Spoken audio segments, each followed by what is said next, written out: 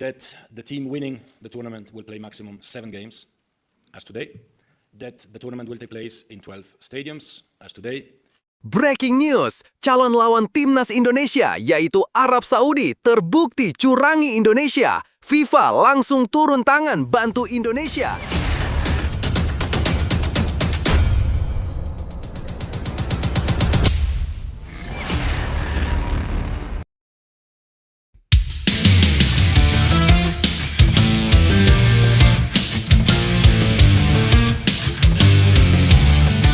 Breaking news, calon lawan timnas Indonesia yaitu Arab Saudi terbukti curangi Indonesia. FIFA langsung turun tangan bantu Indonesia. Arab Saudi dihukum berat FIFA. Begini faktanya teman-teman. Tapi Mimin minta tolong tonton video ini sampai selesai agar tidak ada kesalahpahaman yang terjadi. Dan tak bosan-bosan juga, tolong like dan share video ini ke media sosial kalian agar semua orang tahu apa yang sedang terjadi.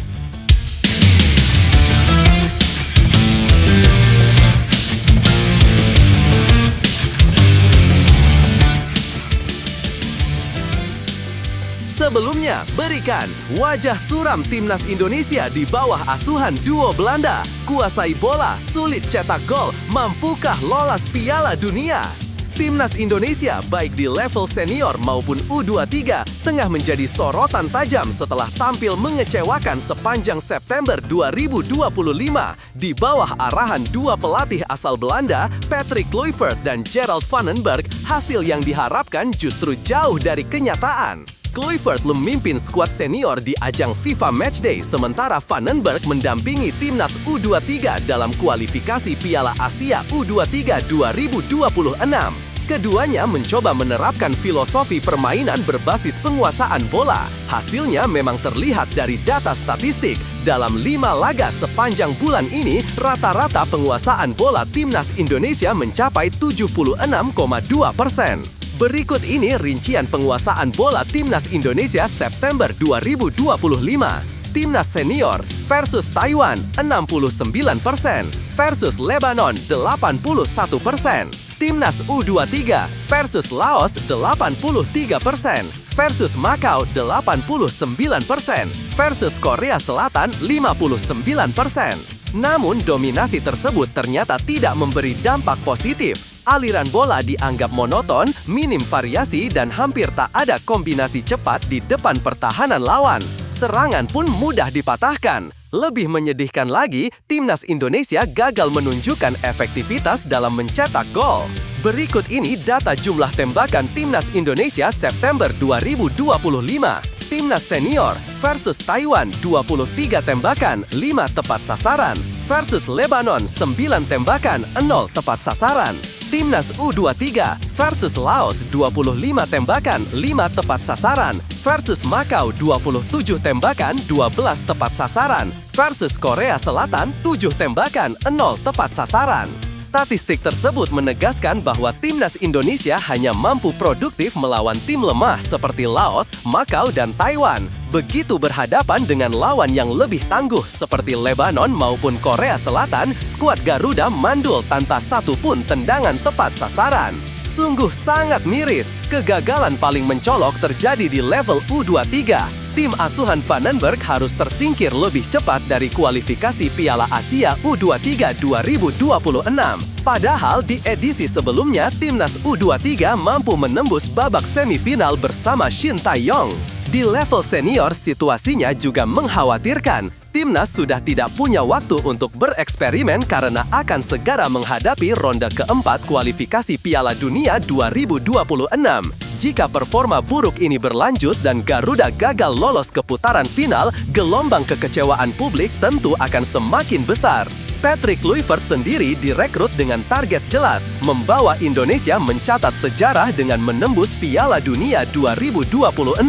Namun dengan kondisi saat ini, harapan tersebut justru kian diragukan. Nah, sebelum lanjut mendengar berita ini, untuk para netizen, keluarkan satu kalimat pamungkas untuk menanggapi kabar ini. Menurut kalian, dengan skuad yang sangat mewah ini, apakah kalian yakin timnas Indonesia asuhan Patrick Kluivert mampu lolos Piala Dunia 2026 mengingat hanya berjarak 2 pertandingan saja, yaitu melawan Arab Saudi dan Irak? Atau justru kalian punya pendapat lain? Ayo teman, berikan tanggapan kalian di kolom komentar.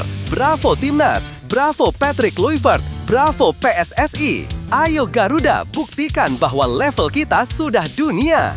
Buktikan bahwa kita adalah raksasa Asia. Tiket Piala Dunia harga mati. Di sisi lain, jangan lupa juga satu kalimat khusus untuk Patrick Kluivert CS yang sedang berusaha keras memajukan sepak bola Indonesia. Silakan tulis di kolom komentar. Ayo terbang tinggi Garuda!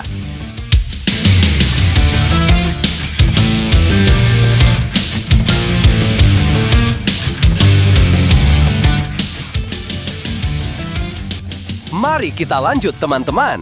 Situasi yang sedang dialami timnas Indonesia cukup mengkhawatirkan. Filosofi permainan berbasis penguasaan bola yang coba diterapkan Patrick Kluivert dan Gerald Vandenberg sebenarnya terlihat modern, tapi tidak disertai efektivitas dalam menyerang. Kuasai bola hingga lebih dari 70% di banyak pertandingan memang bagus di atas kertas. Namun tanpa variasi serangan, kreativitas di lini depan dan penyelesaian akhir yang tajam, dominasi itu jadi sia-sia. Lebih lanjut, lebih parah lagi, tim seolah hanya bisa tampil percaya diri melawan lawan yang levelnya di bawah. Saat berhadapan dengan tim kuat, permainan seakan tumpul dan kehilangan arah. Hal ini menunjukkan bahwa perencanaan taktik belum matang, serta para pemain belum diberi solusi konkret bagaimana menembus pertahanan lawan yang disiplin. Jika kondisi ini tidak segera dibenahi, dampaknya sangat besar. Timnas U23 sudah merasakan kegagalan di kualifikasi Piala Asia U23, dan kini giliran skuad senior yang terancam gagal memenuhi target besar, lolos ke Piala Dunia 2026. Beban publik juga semakin besar karena Kluivert direkrut khusus untuk membawa Garuda terbang lebih tinggi. PSSI perlu segera bertindak, apakah dengan memberikan dukungan lebih kepada pelatih untuk memperbaiki pola permainan atau mengevaluasi strategi besar yang sudah diambil. Sebab yang dipertaruhkan bukan hanya hasil pertandingan, melainkan juga kepercayaan dan harapan jutaan pendukung sepak bola Indonesia. Dalam situasi sulit seperti ini, yang paling penting adalah menjaga semangat dan keyakinan. Sepak bola selalu penuh dengan pasang surut dan justru di saat terpuruk ini mental juara ditempa. Kekalahan dan kritik seharusnya bukan jadi beban, melainkan bahan bakar untuk bangkit lebih kuat. Bagi para pemain, ingatlah bahwa kalian membawa nama bangsa. Setiap kali mengenakan seragam merah putih, ada jutaan hati yang ikut berdebar menaruh harapan. Jangan biarkan rasa ragu menghentikan langkah. Gunakan kritik sebagai dorongan untuk memperbaiki diri, asah terus kualitas permainan, dan buktikan bahwa Indonesia mampu bersaing di level tertinggi. Untuk para supporter, tetaplah memberi dukungan penuh, sorakan semangat dari tribun, doa serta kepercayaan kalian adalah energi tambahan yang dibutuhkan pemain di lapangan. Jangan berhenti percaya, karena sejarah besar tidak pernah tercipta tanpa melalui jalan yang berat. Sepak bola Indonesia sedang berada di fase ujian, tapi dengan tekad, kerja keras, dan persatuan tidak ada hal yang mustahil. Yakinlah Garuda bisa bangkit dan terbang lebih tinggi.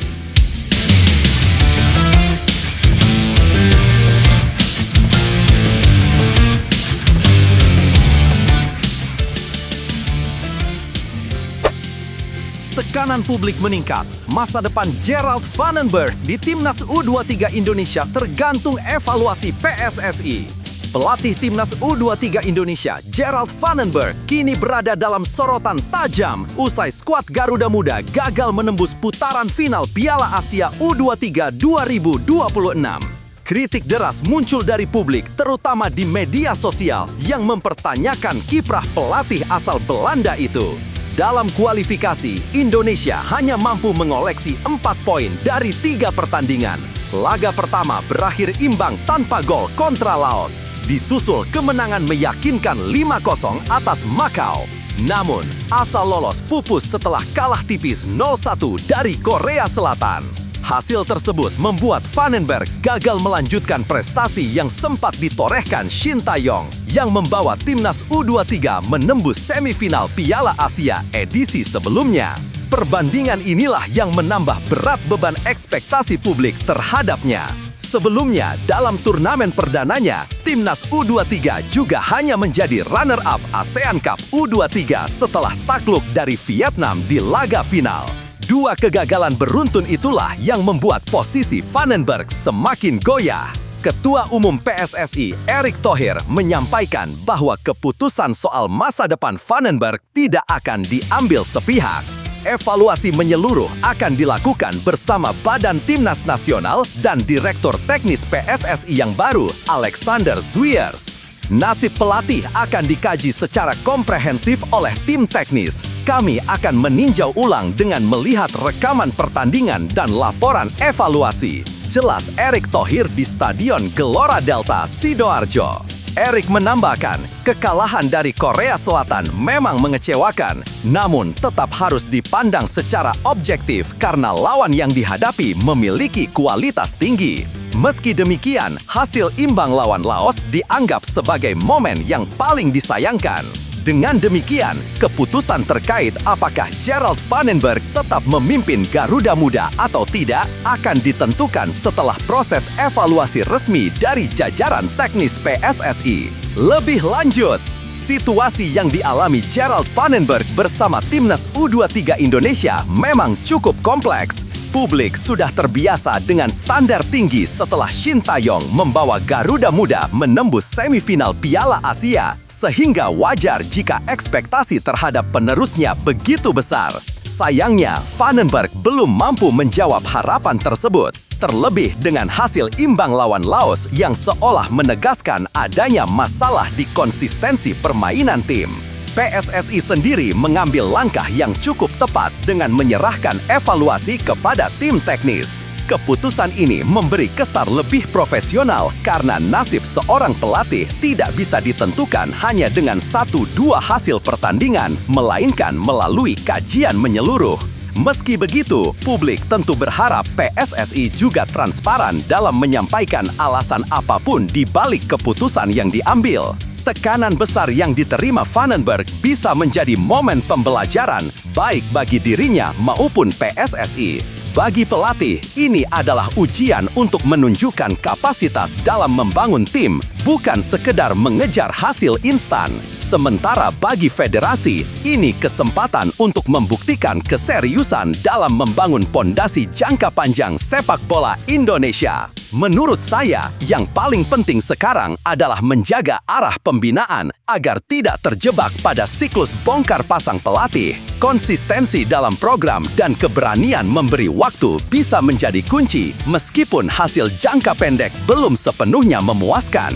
Kegagalan memang terasa berat, apalagi ketika harapan besar sudah terlanjur dipasang tinggi. Namun, justru dari momen inilah mental dan karakter yang sesungguhnya terbentuk. Timnas U23 Indonesia mungkin belum mampu mengulang prestasi sebelumnya, tapi itu bukan akhir dari perjalanan. Setiap kekalahan menyimpan pelajaran yang bisa jadi fondasi untuk melangkah lebih kuat ke depan.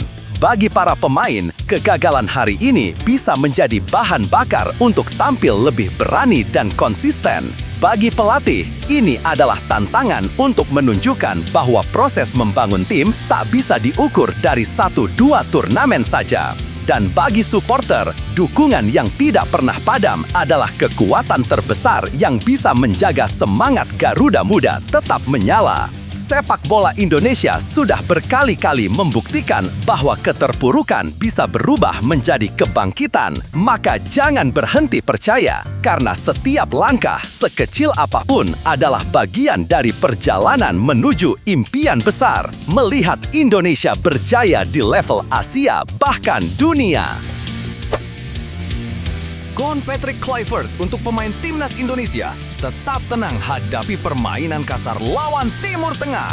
Pelatih timnas Indonesia, Patrick Kluivert, memberikan pesan khusus kepada para pemainnya menjelang duel melawan tim-tim asal Timur Tengah. Ia mengingatkan bahwa selain kekuatan fisik, lawan dari kawasan tersebut kerap menggunakan strategi permainan keras dan provokasi di lapangan. Hal itu terlihat ketika Timnas Indonesia bermain imbang tanpa gol melawan Lebanon di Stadion Gelora Bung Tomo Senin 8/9/2025. Meski skuad Garuda menguasai jalannya laga dan menciptakan banyak peluang, gol yang ditunggu-tunggu tidak kunjung hadir. Situasi semakin sulit karena Lebanon kerap mengulur waktu dan melakukan permainan yang memancing emosi. Momen paling panas terjadi saat Tom Hey mendorong salah satu pemain Lebanon di menit-menit akhir pertandingan karena merasa lawan sengaja memperlambat jalannya laga. Kluivert menilai hal semakam itu bukan hal baru, sebab beberapa tim Timur Tengah memang dikenal dengan gaya bermain yang keras. Ia mencontohkan insiden di final Kings Cup 2025 ketika Irak melawan Thailand. Saat unggul tipis, striker Irak Mohanad Ali menendang kapten Thailand Chanatip Songkrasin hingga harus ditarik keluar karena cedera. Menyikapi hal tersebut, Kluivert meminta anak asuhnya untuk tidak terpancing emosi. Baginya, mengendalikan diri adalah kunci agar Timnas Indonesia bisa tampil maksimal di putaran keempat kualifikasi Piala Dunia 2026. Sayangnya, hal-hal seperti itu terjadi di lapangan, tapi kami harus belajar agar tidak terulang lagi, kata Kluivert. Setelah laga melawan Lebanon, kami harus tetap tenang, tidak terbawa emosi, karena pertandingan berikutnya pasti lebih sengit. Meski kecewa dengan hasil imbang, Kluivert tetap memberi apresiasi kepada para pemain. Ia melihat banyak hal positif yang bisa menjadi modal berharga sebelum menghadapi lawan berat berikutnya, yakni Arab Saudi dan Irak. Secara keseluruhan, saya bangga dengan tim. Mereka sudah bekerja keras dan menunjukkan semangat besar. Walau belum mencetak gol, ini jadi pengalaman penting untuk membangun kekuatan. Tutupnya, lebih lanjut, situasi yang dialami Timnas Indonesia saat melawan Lebanon memang menjadi gambaran nyata betapa kerasnya persaingan di level internasional, terutama ketika menghadapi tim-tim asal Timur Tengah. Dominasi permainan saja tidak cukup karena lawan sering mengandalkan taktik provokasi dan permainan fisik untuk merusak konsentrasi. Apa yang disampaikan Patrick Kluivert sangat tepat karena kendali emosi menjadi faktor penting yang sering menentukan hasil akhir. Banyak tim besar bisa bertahan di level atas bukan hanya karena kemampuan teknis, tapi juga karena kedewasaan dalam menghadapi tekanan baik dari lawan maupun dari suasana pertandingan. Timnas Indonesia perlu menjadikan pengalaman melawan Lebanon sebagai pelajaran berharga. Ketenangan, disiplin, dan fokus pada strategi akan lebih bermanfaat dibanding meladeni permainan kasar lawan. Dengan mental yang lebih matang, skuad Garuda bisa lebih siap menghadapi tantangan besar di putaran kualifikasi berikutnya. Jangan biarkan hasil imbang melawan Lebanon membuat semangat kalian turun. Justru dari situasi seperti inilah sebuah tim besar ditempa. Kalian sudah membuktikan mampu menguasai permainan dan menciptakan banyak peluang. Tinggal bagaimana menjaga fokus sampai akhir. Ingat, lawan boleh mencoba memprovokasi dengan cara apapun, tapi kendali penuh atas emosi ada di tangan kalian sendiri. Tetap tenang, bermain dengan kepala dingin, dan jadikan setiap tantangan sebagai bahan bakar untuk tampil lebih kuat. Setiap pertandingan adalah langkah menuju impian besar, membawa Indonesia ke Piala Dunia. Jangan pernah ragu dengan kemampuan sendiri, karena jutaan rakyat Indonesia berdiri di belakang kalian, memberi dukungan tanpa henti. Percayalah, dengan kerja keras, disiplin, dan hati yang teguh, skuad Garuda bisa melampaui batas yang pernah ada. Saatnya tunjukkan pada dunia bahwa Indonesia bukan hanya peserta, tapi juga pesaing yang pantang mundur. 5 pemain Timnas Indonesia yang menunjukkan performa positif saat hadapi Lebanon. Pertandingan uji coba antara Timnas Indonesia melawan Lebanon berlangsung di Stadion Gelora Bung Tomo, Surabaya pada Senin malam 8 September 2025. Duel yang berjalan ketat itu akhirnya berakhir imbang tanpa gol, 0-0. Meski skor kacamata, ada beberapa pemain Garuda yang mampu tampil menonjol dengan kontribusi penting di lapangan. Berdasarkan catatan statistik lapang bola, setidaknya ada 5 nama yang layak mendapat sorotan positif. 1. Kevin Dix. Patrick Kluivert mencoba menempatkan Kevin Dix sebagai bek tengah dan eksperimen itu berjalan cukup baik. Pemain Borussia Mönchengladbach ini melakukan 3 tackle bersih dan 3 intercept. Tak hanya itu, ia menjadi pengumpan paling produktif dengan 94 operan sukses. Penampilannya yang solid membuatnya layak mendapat nilai tinggi. 2. Jakub Sayuri. Bermain di sisi kanan pertahanan, Jakub tampil disiplin. Pemain Malut United itu mencatat 3 tackle, 4 intercept, serta 3 sapuan penting. Ia bahkan sempat melepas 1 umpan kunci yang nyaris membuka peluang emas. Jakub kembali membuktikan dirinya bisa diandalkan di sektor bek sayap. 3. Joey Pelupessy. Sebagai jangkar di lini tengah, Pelupessy benar-benar menjadi pengatur ritme permainan. Pemain Lomel SK ini tercatat memenangi 3 duel udara terbanyak di antara pemain Indonesia dan mengoleksi 80 umpan sukses. Dengan perannya, keseimbangan tim tetap terjaga di lini tengah. 4. Dian James. Pemain Go Ahead Eagles ini menjadi salah satu yang paling menonjol. Ia mencatat 1 umpan kunci, 1 umpan silang akurat, 61 operan sukses, dan 1 dribble berhasil. Dari sisi pertahanan, James juga disiplin dengan 3 intercept dan 4 sapuan. Tak heran bila ia mendapat rating tertinggi dalam pertandingan ini. 5. Ricky Kambuaya. Gelandang Dewa United ini kerap jadi sasaran tackle keras lawan karena permainannya yang progresif. Ricky sukses melakukan 2 dribble untuk membongkar pertahanan Lebanon yang rapat. Mobilitas dan visi bermainnya membuat alur serangan Indonesia tetap hidup, terutama saat menghadapi blok rendah lawan. Walaupun laga kontra Lebanon harus berakhir imbang, performa kelima pemain ini menjadi modal positif untuk pertandingan-pertandingan berikutnya. Publik tentu berharap mereka bisa semakin konsisten dan memberikan kontribusi lebih besar di ajang resmi. Lebih lanjut, pertandingan Indonesia melawan Lebanon memang berakhir tanpa gol, tetapi ada sisi positif yang bisa dipetik. Beberapa pemain mampu tampil menonjol dan menunjukkan kualitas mereka di posisi masing-masing. Kehadiran Kevin Dix di jantung pertahanan memberi warna baru, sementara Jakub Sayuri memperlihatkan disiplin di sisi sayap. Joey Pelupessy menegaskan perannya sebagai pengatur ritme di lini tengah, Dian James menghadirkan kontribusi seimbang antara bertahan dan menyerang, dan Ricky Kambuaya tetap jadi motor kreativitas yang berani menusuk pertahanan lawan.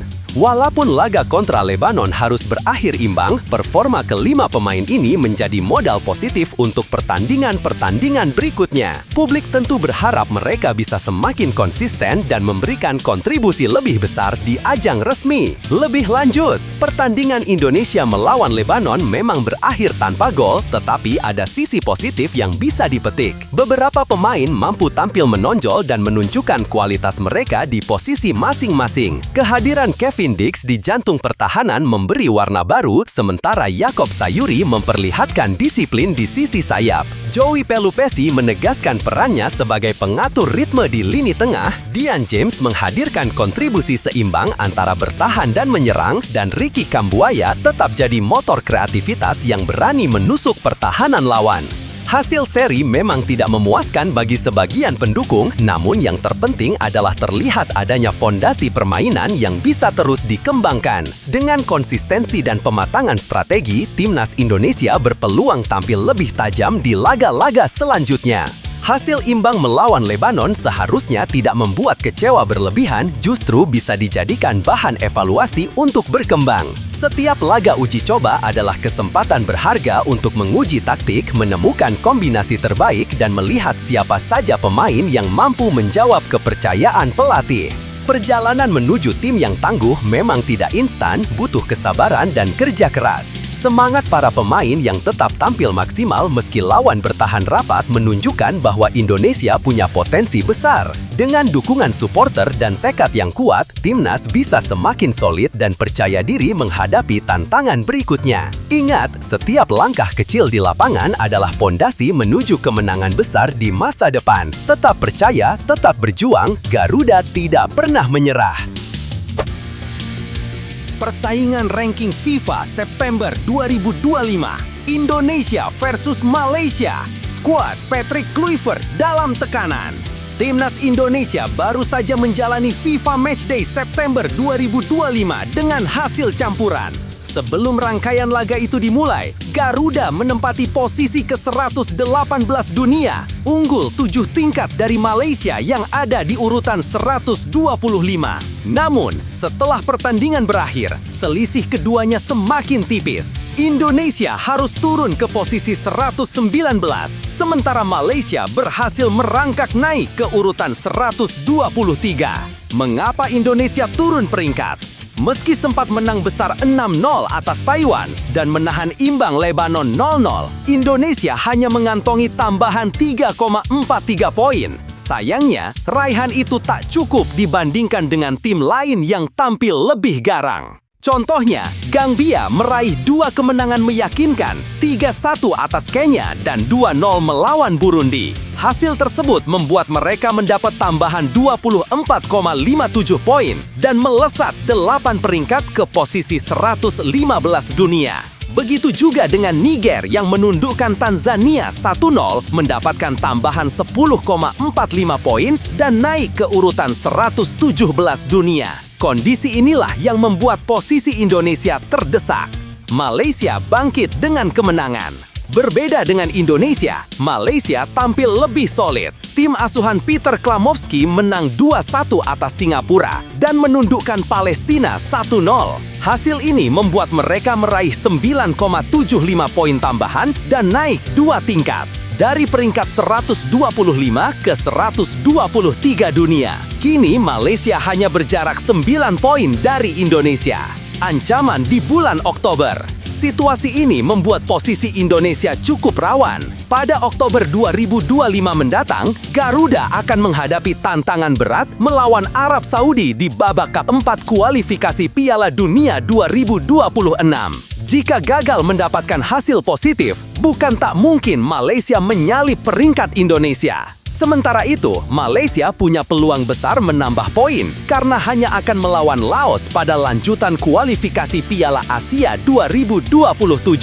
Dengan lawan yang relatif lebih ringan, peluang mereka meraih kemenangan tentu lebih besar. Pentingnya hasil positif. Agar tidak tersalip, skuad Patrick Kluivert wajib tampil maksimal melawan Arab Saudi dan Irak. Kemenangan di laga tersebut bukan hanya menjaga posisi Indonesia di ranking FIFA, tetapi juga membuka peluang besar untuk lolos ke Piala Dunia 2026. Lebih lanjut, situasi persaingan ranking FIFA antara Indonesia dan Malaysia ini menunjukkan betapa ketatnya kompetisi di level internasional. Meski Indonesia mampu meraih hasil positif dengan kemenangan besar atas Taiwan dan imbang melawan Lebanon, hal itu ternyata tidak cukup kuat untuk menjaga posisinya. Poin tambahan yang kecil membuat Indonesia tersalip oleh negara lain yang tampil lebih meyakinkan. Contohnya, Gambia meraih 2 kemenangan meyakinkan, 3-1 atas Kenya dan 2-0 melawan Burundi. Hasil tersebut membuat mereka mendapat tambahan 24,57 poin dan melesat 8 peringkat ke posisi 115 dunia. Begitu juga dengan Niger yang menundukkan Tanzania 1-0 mendapatkan tambahan 10,45 poin dan naik ke urutan 117 dunia. Kondisi inilah yang membuat posisi Indonesia terdesak. Malaysia bangkit dengan kemenangan. Berbeda dengan Indonesia, Malaysia tampil lebih solid. Tim asuhan Peter Klamovski menang 2-1 atas Singapura dan menundukkan Palestina 1-0. Hasil ini membuat mereka meraih 9,75 poin tambahan dan naik 2 tingkat. Dari peringkat 125 ke 123 dunia. Kini Malaysia hanya berjarak 9 poin dari Indonesia. Ancaman di bulan Oktober. Situasi ini membuat posisi Indonesia cukup rawan. Pada Oktober 2025 mendatang, Garuda akan menghadapi tantangan berat melawan Arab Saudi dan Irak di babak keempat kualifikasi Piala Dunia 2026.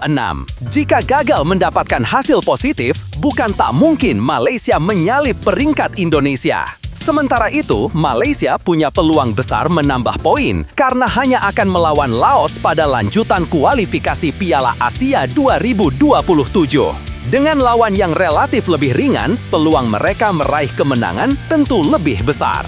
Pentingnya hasil positif. Agar tidak tersalip, skuad Patrick Kluivert wajib tampil maksimal melawan Arab Saudi dan Irak. Kemenangan di laga tersebut bukan hanya menjaga posisi Indonesia di ranking FIFA, tetapi juga membuka peluang besar untuk lolos ke Piala Dunia 2026.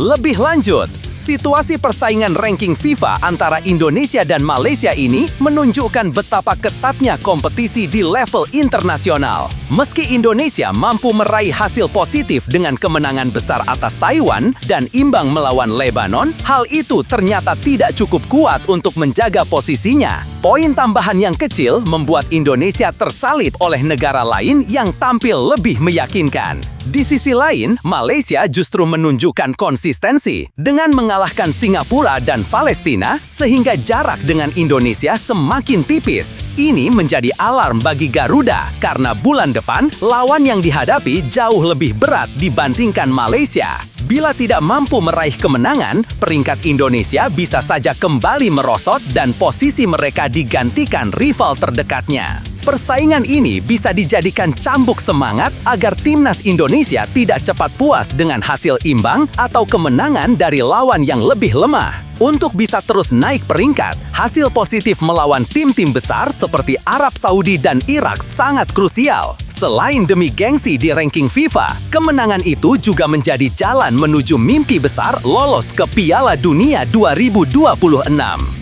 Jangan pernah gentar hanya karena posisi di ranking FIFA sedikit tertekan. Justru inilah saatnya timnas Indonesia menunjukkan mental baja. Lawan besar seperti Arab Saudi dan Irak bukan alasan untuk takut, melainkan kesempatan emas membuktikan kualitas Garuda. Ingat, kemenangan tidak hanya soal poin dan peringkat, tapi juga tentang harga diri bangsa. Dengan semangat juang, disiplin, dan keyakinan penuh, Indonesia bisa mengejutkan siapa saja di lapangan. Garuda tidak boleh puas hanya dengan bertahan, tapi harus berani menyerang dan memberikan segalanya. Saat seluruh pemain bersatu hati dan masyarakat mendukung penuh, tak ada yang mustahil. Mari jadikan Oktober nanti sebagai momentum kebangkitan. Garuda akan terbang tinggi jika percaya pada diri sendiri.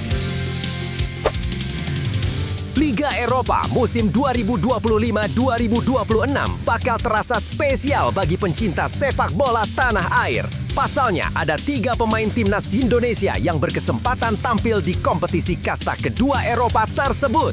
Mereka akan memperkuat klub masing-masing di fase Liga yang dimulai pada 24 sampai 25 September 2025 dan berlanjut hingga Januari 2026. Kehadiran mereka jelas jadi sorotan. Siapa saja 3 pemain itu?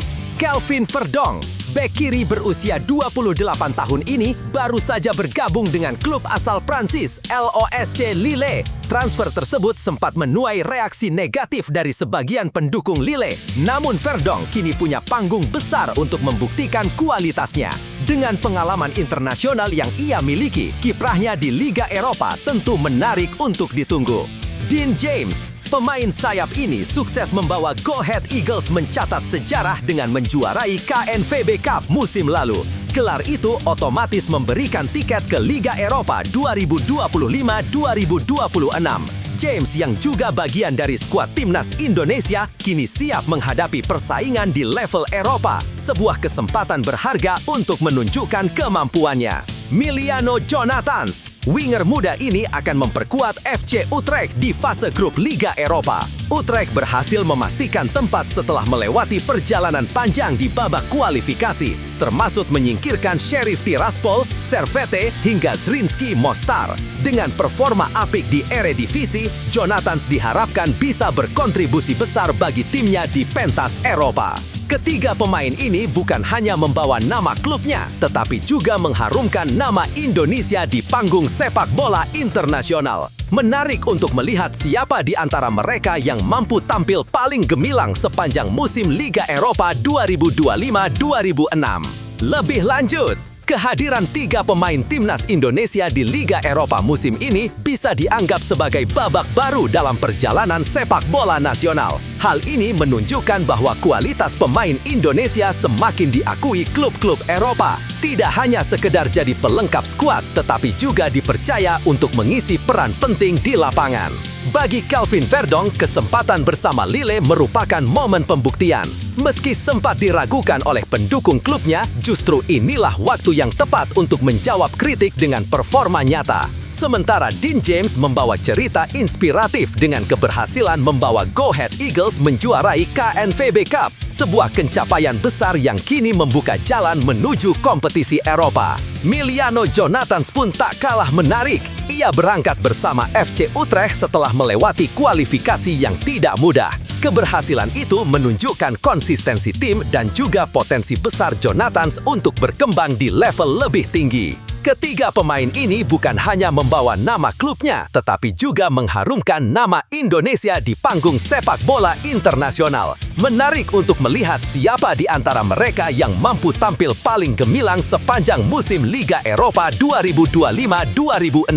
Lebih lanjut, kehadiran 3 pemain timnas Indonesia di Liga Eropa musim ini bisa dianggap sebagai babak baru dalam perjalanan sepak bola nasional. Hal ini menunjukkan bahwa kualitas pemain Indonesia semakin diakui klub-klub Eropa. Tidak hanya sekedar jadi pelengkap skuad, tetapi juga dipercaya untuk mengisi peran penting di lapangan. Bagi Calvin Verdong, kesempatan bersama Lille merupakan momen pembuktian. Meski sempat diragukan oleh pendukung klubnya, justru inilah waktu yang tepat untuk menjawab kritik dengan performa nyata. Sementara Dean James membawa cerita inspiratif dengan keberhasilan membawa Go Ahead Eagles menjuarai KNVB Cup, sebuah pencapaian besar yang kini membuka jalan menuju kompetisi Eropa. Miliano Jonathans pun tak kalah menarik. Ia berangkat bersama FC Utrecht setelah melewati kualifikasi yang tidak mudah.